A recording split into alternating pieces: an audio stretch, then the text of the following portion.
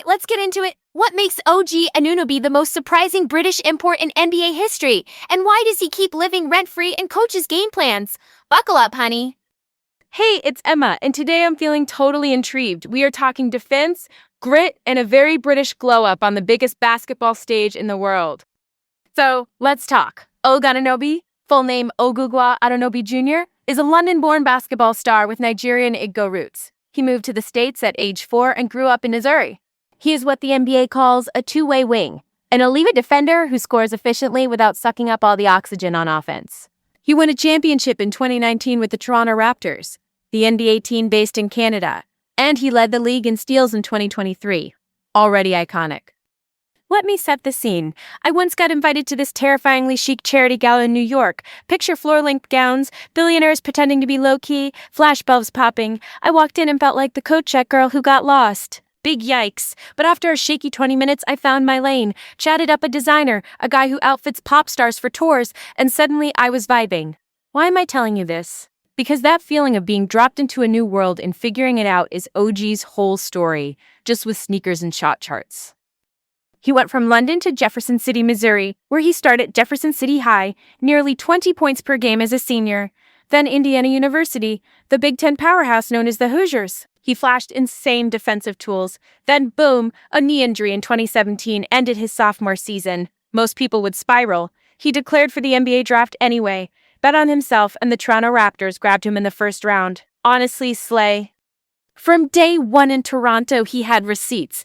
As a rookie, he started games, defended stars, and kept turnovers low. Low-key cerebral, high-key disruptive. In 2018, he even held up in the playoffs. By 2019, the Raptors won the title. He had an emergency appendectomy that spring, so he did not play in most of that run, but he dressed for the finals and still became the first British player to win an NBA championship.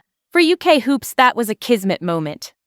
His calling card is defense that travels. He guards 1s through 4s, point guards up to power forwards, and those switch-heavy schemes coaches love. He jumps passing lanes, he strips the ball, he leads help at the nail. Translation for my pop culture girlies, he's the friend who clocks every red flag at the party before drama erupts, then quietly escorts the mess to the Uber.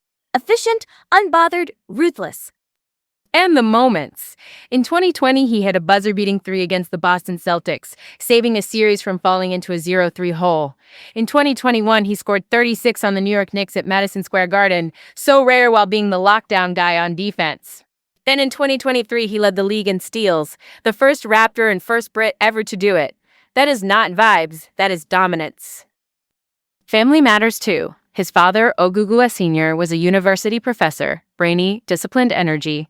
His mother, Grace, was a Nigerian national-level track athlete, pure athletic pedigree. She passed when he was 1. His brother, Chigbo, played in the NFL, that is American football, at the highest level. You feel the mix, right? Academics, athletics, resilience. It reads in Ogu's game, low mistakes, high embarked.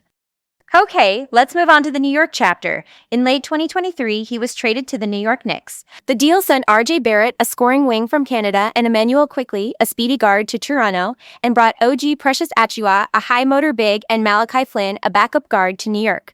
The result? Instant chemistry. In his first 10 games as a Knick, he had a plus-minus of plus 170, an NBA record for a newcomer. Quick explainer, plus-minus is the point differential when you are on the court. Positive means your team is outscoring the opponent while you're playing. Plus 170 is absurd.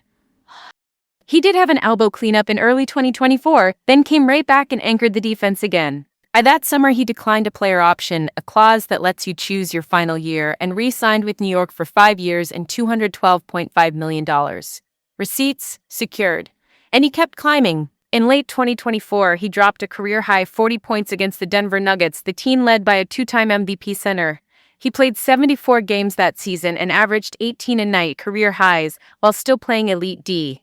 Not me, but me believing he can be the perfect combination of offense and defense for a contender. Career season proof. In 2024, he gave the Knicks steady two-way minutes. In 2025, he went up another level, nearly 40 minutes a game with 2 steals and over a block on average.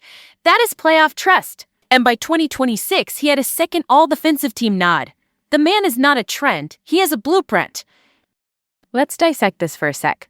Imagine being OG, born in London, Igbo heritage, moved to the Midwest, grew up in a college town where your dad teaches finance, Then suddenly you're the go-to defender on NBA stars and packed arenas. Cultural shifts on cultural shifts. And yet his vibe is quiet confidence, zero drama, no clout chasing. That is a look. Okay, pause, because we need the big spicy question. Is OG Anunoby the greatest British player in NBA history? Here's the tea. On one side, he's the first British champion, a league steals leader, and a multi-time all-defensive guy, a rare resume. On the other side, you have Luol Deng, the British Sudanese forward. He was a two-time All-Star with the Chicago Bulls and a volume scorer for years. Both are legit. The criteria you choose matters. My opinion, and you can drag me if you want, Deng has the all-star nods and volume scoring, which are shiny and deserved. OG has the ring, the steals crown, and the modern two-way value that coaches drool over. There is no official ranking from the league, so it's a vibes plus resume situation. If OG adds an all-star selection or a first-team all-defense, or helps bring New York to the finals, he probably takes the crown. Until then, it's a thrilling tie with different aesthetics. Deng was the leather jacket leading man, OG's the silent action hero who never misses a cue. Now for something different, the legacy piece. When OG won in 2019, British Hoops got a megaphone. Kids from London to Manchester saw a pathway. Then he bought a minority stake in the London Lions, a professional club in Britain, and that matters. Ownership means infrastructure, visibility, and money. It is not just Instagram inspiration. It is building the stage so more Brits can step on it. Also, can we appreciate the resilience arc? Me in college, appendectomy in 2019, finger injury in 2022, elbow in 2024, and still trending up. That is discipline, rehab, and probably some super boring meals. Whatever it is, it works. Because whole brand is reliability without ego. That plays in any locker room, any decade. So, picture this as the takeaway. OG Anunoby is the modern NBA's quiet storm. He makes your best player miserable, he spaces the floor, and he never hijacks the plot. The fact that he is a British-Nigerian Londoner who became a New York cornerstone is the perfect global basketball story. It is giving composed, it is giving calculated, it is giving championship DNA. Okay, so what else, you ask? Next time I'm diving into fashion fails and comeback stories, the red carpet phoenixes who went from epic fail to Yas Queen. You will not want to miss it. So that's the tea, folks. Stay curious, stay bold, and if you get tossed into a room that feels too shiny, find your lane and slay. We will pick this up next time. Later.